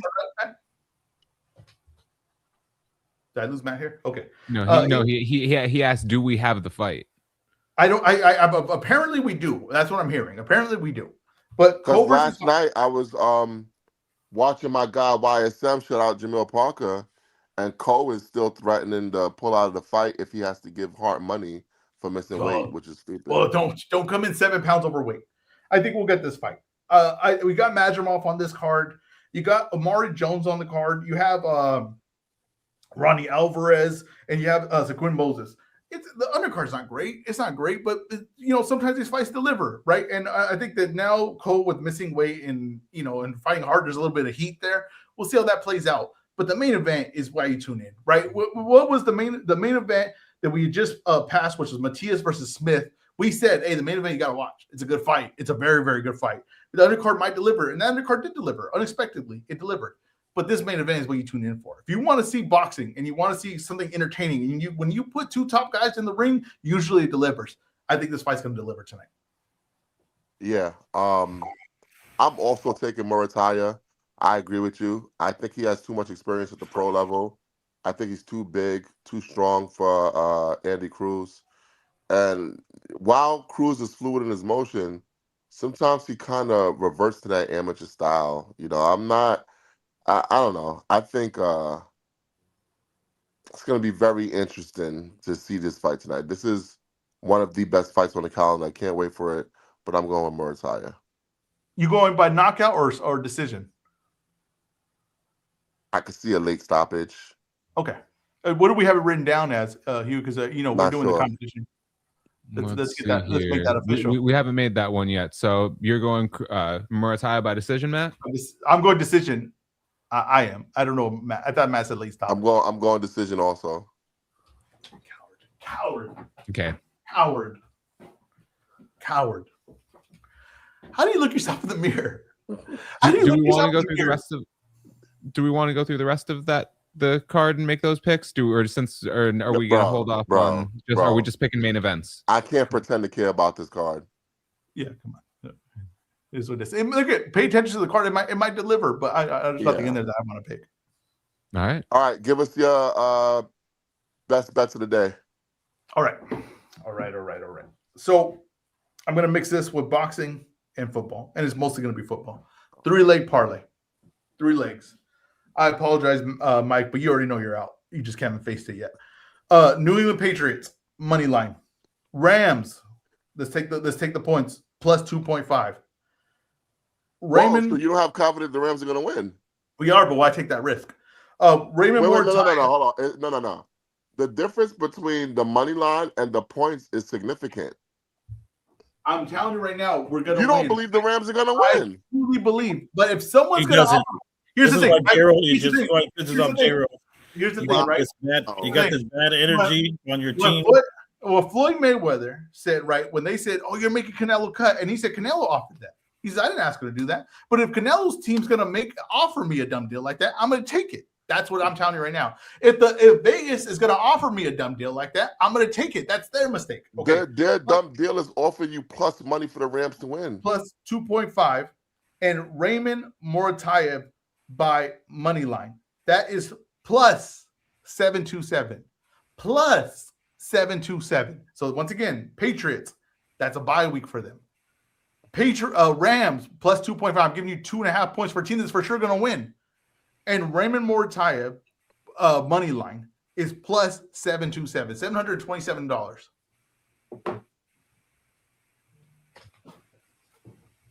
And Matt, since we're on it, let's talk about the Rams. Since we're here, let's do it.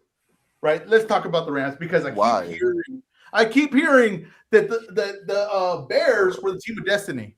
Well, how we must have took destiny from them then. Hold And on, we Ezra, must have before you go on taken your run, destiny. Ezra. Hold on, let me get my parlay in real quick, Ezra, before you go in, because I got some real money these people can make. Okay, Go ahead. we're gonna take Midram off by KO. And you're right, he is mid.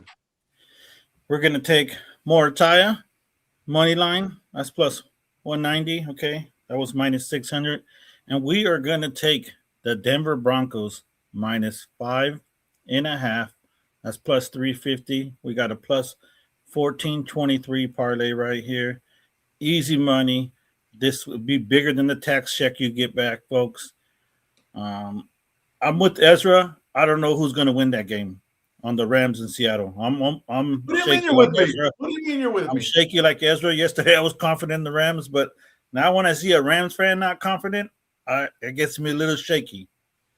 Now that I know if a Rams fan's taking the plus points, I gets me shaky. All right. So I allowed Mike to do his thing. Like I was, because you know. Hold on. Before you go, Rand, I have a bet to give the people also. Damn it! I have absolutely nothing. Huey, let's move on. No. I want to address this question from Sibby and before we move on from the card. We're not moving on. We're not moving on. No. I'm sorry. No, I'm sorry. Ezra. I apologize. No, Ezra. I I want you to rant. But if Ko and Hart do end up fighting, what are your picks for that fight? Cole, he's weighs 7 pounds heavier than the other guy. Damn it. Hart. All right, Hart. Ezra, you have 5 minutes. Okay. 5 minutes is a lot of time. Minutes. 2 minutes. Come 2 minutes. on, Ezra, you have 2 minutes. 60 2 minutes. seconds. 60 2 minutes. seconds. 2 minutes. 60 No, seconds. Go. You cut him off twice. Ezra, you have 2 minutes. Go. I heard the Bears were the team of destiny, and then we took it from them. I heard that the Seahawks are the most talented team. Well, to me, we should have 2 W's against them. We for sure have 1. And Sam Darnold never plays well against us. The only time he played well against us is when the refs called the play off and allowed the play to continue for the other team. They said the Rams, stop playing. That was an incomplete pass. The other team, do whatever the hell you want. And they got points for it. That's the only reason that they won that game. That's the only reason we're here in this situation, that we're playing in Seattle. That's the only reason. Matthew Stafford is the MVP of this league. If Matthew Stafford was on a competent franchise his whole career, we would be like Brady who. That's the damn truth here. Matthew Stafford is the best quarterback in the playoffs right now. And don't get me started on the distance between Matthew Stafford and Stidham. Okay? Don't get me started on the distance between that, because that's as far as I live from where Matt lives. That's where I'm talking about, the distance there. Okay? We have a defense that's confident. We got we had a tune-up last week. We got a defense that's confident, and we have McVay that figured out the rhythm of the offense. He figured out that we need to run the ball. Okay? And you know the last time we played them, we didn't have Devontae Adams? Oh, is that a big deal? Is that a big deal not having Devontae Adams? Yeah, it seems like a big deal to me. People keep asking me. People keep stopping me on the street. What is this You don't be like Dan Raphael and give the credit where you heard that from. People keep stopping me in the street and saying, Ezra, what is this game going to look like? I just can't imagine it. What is this game going to look like? Let me show you what this game is going to look like. This is what this game is going to look like. When we're dancing in the end zone, when we're dancing on the sideline, and when we're tackling and intercepting on Sam Darnold. That's what this game is going to look like. Shut the fuck up, you little prick. This is a celebration. That was 2 minutes. That's what this game's going to be. It's a celebration. This is a Super Bowl. Thank you, Ezra. This Thank is you. the Super Bowl. Your time is up. Mike, if we play thank you. Your time is Did up. you not hear Bob Arum Time is speak? up. That is Floyd Mayweather versus Berto if we play you, Mike, at the Super Bowl. Because Super Bowl's this week. Now, we might play you in 2 weeks, a celebration game. Farewell for the season. No one's even watching the JV game. Like the Rams in Seattle, or it's after the main event in the boxing. You know how they still have one more match? But everybody took off already. This is us, Mike. This is us, Mike. Matt, Dancing you in have the a end bet for zone. the This is people. us, Mike. I'm gonna be honest with you. Ezra has taken all the energy out of the show for me. You want to go through your women's pound for pound list anymore? Yeah, I'll go through my women's pound for pound list. All right. And that's where I leave. You guys have a good one. Oh, Mike. Oh man. Mike, come on, man. Oh, Come on, man. I expected that from EzRaw, not from you, Mike. he actually laughed. Insane. I gotta tell you though, EzRaw, nice moves, man. I know. Nice moves.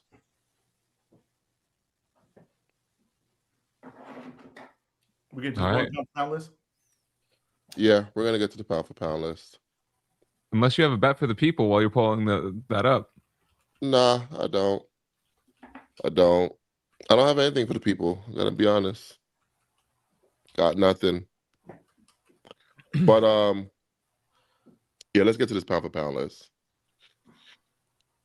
I think you guys are not gonna be satisfied with this pound for pound list as always. That's good. That's a good energy to have before you even get to the list.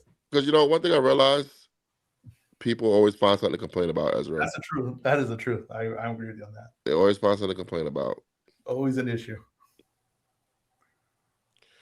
All right.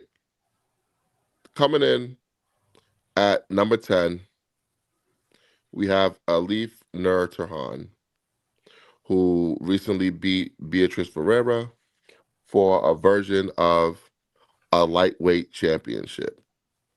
And I'll be honest with you, she should have been the women's fighter of the year. You were pulling for her. You were pulling for her to get that. She should have been the women's fighter of the year. I think she had an excellent year. So she is at number 10. Coming in at number 9, we have the WBC women's lightweight champion, Caroline Dubois, one of the best fighters in the world. I think I would like to see her fight Alicia Baumgartner and Nur Turhan. Let's hope that it happens. Am I wrong to say that the buzz kind of fell off a little bit on Dubois? And why did that happen? I think that happened because Ben Shalom and Boxer are not good at promoting. Okay. Ben Shalom decided to move his game to Saudi Arabia. Then they lost their foothold in the UK. Then they lost their TV deal with Sky. And then they lost some of their fighters. So hopefully, being that Caroline Dubois has now signed with MVP, hopefully she will now be able to realize her promise as one of the best fighters in the world and one of the biggest stars in women boxing. Okay, coming in at number 8, we have Lauren Price, who is a welterweight champion. Pretty damn good. She needs to fight Michaela Mayer. Coming in at number 7, we have the undisputed bantamweight champion, Shanika Johnson. She did a great job against Chicken Metcalf. And it's funny, some people kind of underrated Chicken Metcalf, and then Chicken Metcalf went out in her last fight and got a big victory against a fighter that she wasn't quote unquote supposed to beat. So that kind of makes the Shanika Johnson win look even that more impressive. Coming in at number 6, we have the unified super featherweight champion, Alicia Baumgardner. Haven't been impressed lately, but she's still good. She needs to fight somebody I care about pretty soon. Coming in at number 5, we have Michaela Mayer, who had a banner year last year, went up to 154, grabbed another belt. She's back down at 147, begging for a fight with Lauren Price for undisputed. So let's see if we can make that happen. Coming in at number 4, we have Chantel Cameron, one of the best fighters in the world. The only person to beat Katie Taylor. So shout out to Chantel Cameron. She's a fantastic fighter. Yeah, she's at number 4. Coming in at number 3, the aforementioned Katie Taylor. And this is probably going to be her last time on the pound for pound list. Number 3.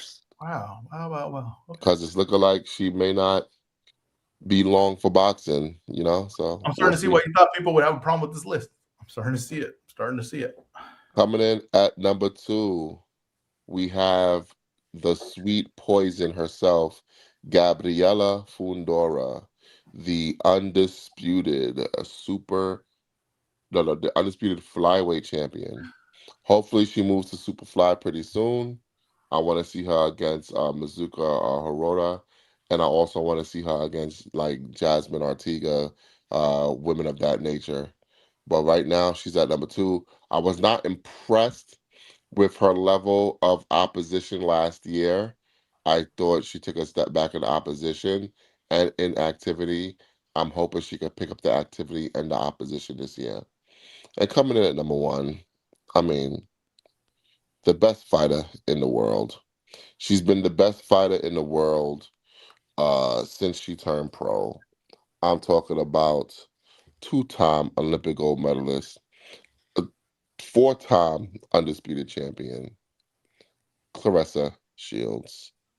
Number 1 in the hearts and minds of the boxing public. And that is the Brunch Boxing Top 10 Women's Pound for Pound list. I don't. It's not a bad list at all. There's a lot of good fighters, well deserving. But come on, I mean, Katie Taylor is number 1 or 2. And I get having Shields over her, then that's fine. But she should be 2. Katie Taylor's been, she's been dominating boxing for a while now. I mean, she has but fighting 1 fight a year. What is that? I don't understand. And also she had the really close fight the second time with does that matter? Serrano. This is Hold on. Serrano, who's not that good.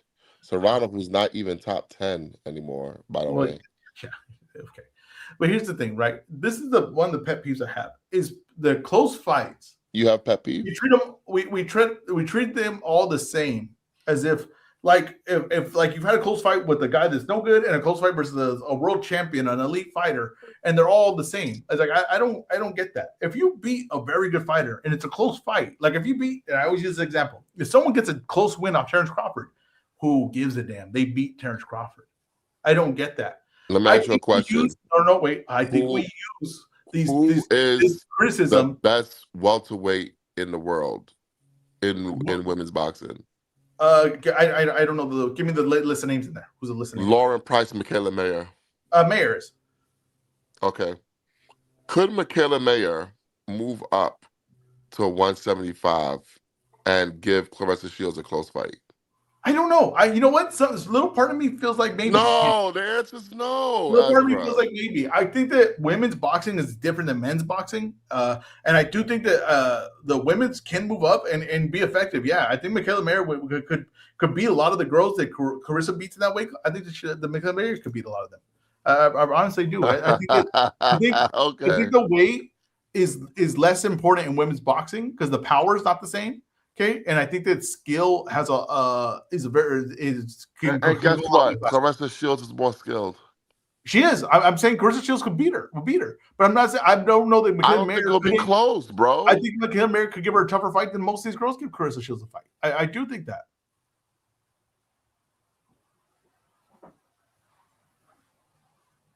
I do think that. You know what I mean? Like the power's not there for it to be like, oh, you can't jump up in weight classes. Oh, you definitely can. Okay. Is that all? For that, yes. What we got anything else to talk about? Yeah, quick hits here. All right, let's do quick hits. So here we go. Xander Zayas and Abbas Barao to air on Top Rank Classics channel for free is the key part of that. EzRaw, is this a win for boxing? Yes, that is a win for boxing. Like I said, it's a win for the fans, at least. We get to watch that fight, and then on the same day, we get to watch Shakur versus Teal, right? Like, that's great. That's fantastic. That's a fantastic day of boxing. So I think that's really great. Like I said, we got wondering where Top Rank's TV deal is. It is not looking good.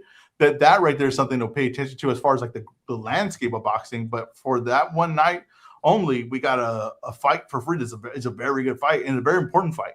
That to me cannot go understated. Matt, you have anything to add on that?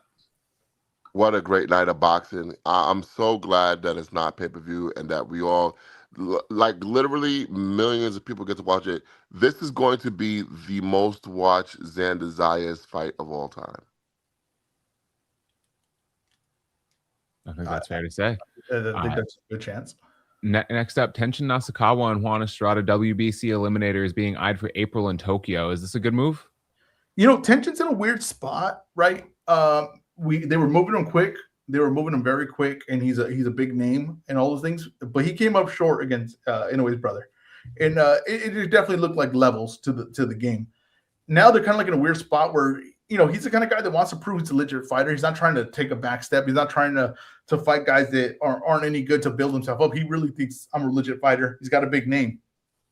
Estrada is on the backside of his career, but he can still go. He could definitely still go. And so Tenshin's like in this weird spot where he has to fight legit guys and because of his name and because of what he wants to prove.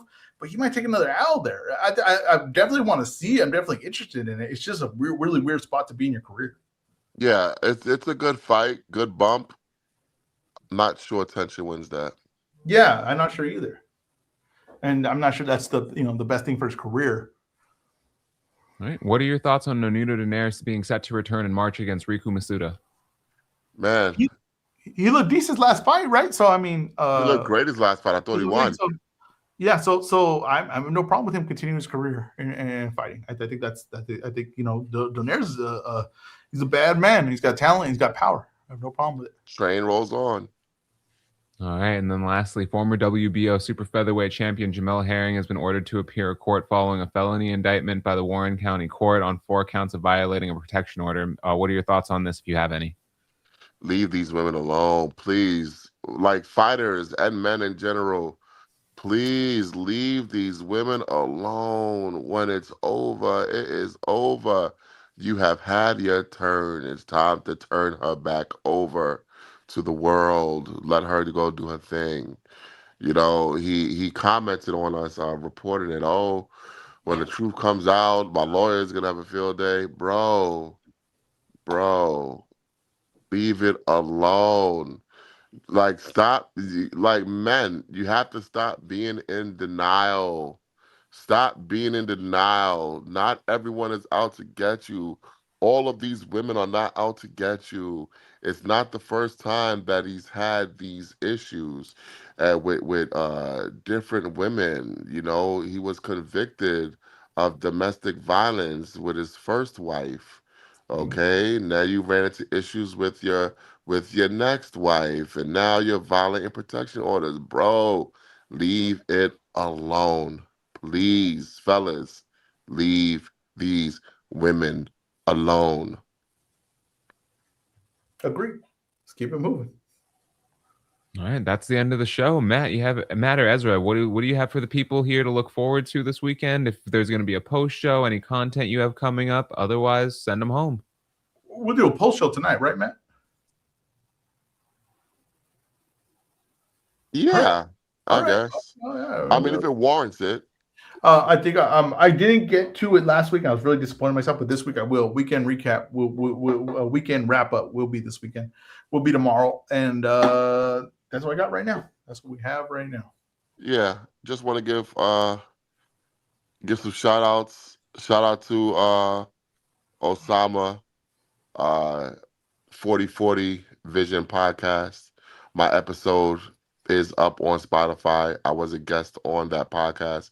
It is finally up on Spotify for all you guys to listen to and enjoy, where I go through the genesis of brunch boxing, our mission in boxing, and what you have to look forward to. Shout out to Anthony.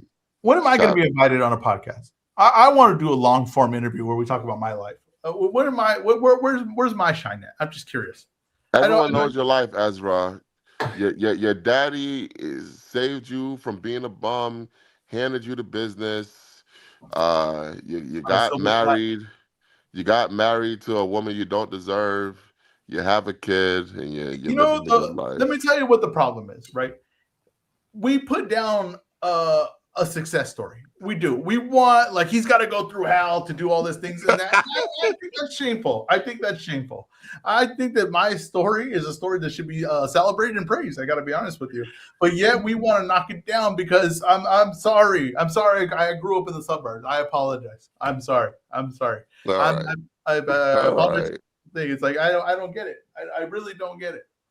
moving. And as a reminder here, since the kind of transition to that, be sure to hit the Cash App, support Matt, support the show. Yeah, get me out of the lines of the soup kitchen before I end up seeing Bob Arum and Al Heyman in there. It might be a good place to get some good interviews. Hit the Cash App, support us directly. Shout out to JR Bell, shout out to Sibby, shout out to Android Uppercut, shout out to Joe Pacone, shout out to my guy Paul, PG Sports, man. Y'all gotta go support PG Sports. They got some good fighters. Make sure you go support my man Paul Garino from PG Sports. Shout out to Long Live Los. Shout out to Juice Digital Co. Shout out to Lamond. Shout out to the Blunts and Boxing. Cam J. Salute to Cam J. Go support his YouTube channel. He got some good stuff every week. So shout out to Cam J. iDrum, Larry Liston, obviously the COO Mike, and of course, Brick Squad. You fucking hater. Shout out to you. Shout out to Cal. Shout out to Emily. We love hearing Emily. Shout out to Emily. Let's see. Shout out to my man Money Making Mitch, the Parlay King. Shout out to Martin. Brick Squad might be winning Listener of the Year. Shout out to Young One of One, who Ezra for some reason thought I thought that was Lamont Roach, and now he knows it's not Lamont Roach. So shout out to him. And of course, shout out to the Brunch Boxing Listener of the Year, Rose Buds Ice Cream, future sponsor of Brunch Boxing. Best rappers ever. You can now order Rosebud's ice cream in New York on Postmates, I believe. Yeah, absolutely. And what's the other one? What's not Postmates? What's the other one? Uber Eats. Grubhub. Well, can we do this? I gotta tell them if I can do this. I don't know if I can do where I'm at, but can you order that and then do a live review on the next week's show? Hey, listen. If my guy Rosebuds want to send out some ice cream, I will do a live review of Rosebud's ice cream. Great. But if he sends a lot of ice cream, I will do a live mukbang on Brunch Boxing. No one's asking for that. And this time it'll be recorded, so it actually will be. I promise you, if that happens, it'll be off camera. I promise you. I will do a live Rosebuds ice cream mukbang on Brunch Boxing. But shout out to Rosebud Ice Cream. Shout out to my man Trill. But put that on the OnlyFans. Yeah. This week, we're gonna have some coverage on the Shakur Teo fight that's gonna be happening on Saturday at Madison Square Garden. We are also going to be. I got some news to drop for you guys. Actually, I might have some boxing news. Let's go. Some boxing news and notes that I'm going to drop. Yeah, I'm going to be flooding your timeline with boxing news. Oh, one thing that wasn't on the list, no one's talked about it but Brunch Boxing on the Brunch Boxing website. I didn't even bother posting it on Twitter. The B sample for Janabek Alim Kanuli has come back positive for meldonium also. So we'll see where that case goes. But yeah, the B sample was confirmed as positive for meldonium. Let's just not jump. All I ask is we not jump to conclusions. That's the only thing I ask is we do not jump to conclusions on that. All right, let me ask you a question. So, pretend like you're throwing Janabek some bail. What's the possible excuse? Contaminated supplement, always. 100% contaminated supplement. With meldonium. Bro, I had meldonium in my soup the other day. You didn't because it's not available in the U.S. Yeah, bro, come on. I like it. You know, hey, I was gonna say I'm like Tone. I like it foreign, but I don't know if I like Tone. I'm not sure. I like it. End the show, man. Oh my God. I'm not sure. But hold up. From Sibby, do we get any Royal Rumble coverage next week from either of you? Yes, we do. And I'll pick a winner. But yeah, go support all the Brunch Boxing platforms. Go subscribe on Spotify, subscribe on Apple Podcasts, subscribe on YouTube. Go follow us on Instagram and on X/Twitter. And of course, as always, feel free to hit the Cash App, support directly, support independent journalism. Like I said, this is little mom and pop shop. We do this without sponsorship. We do this for the people, by the people. We are the people's platform. We are Brunch Boxing. Um, this has been another edition of Brunch Boxing. He is our COO, the Mexican Al Heyman Mike. He is our host, the John Madden of Boxing, EzRaw Boxing, Go Rams. He is the Master Marionette, the super producer, Huey P. I am Matt. We are Brunch Boxing, and we are out.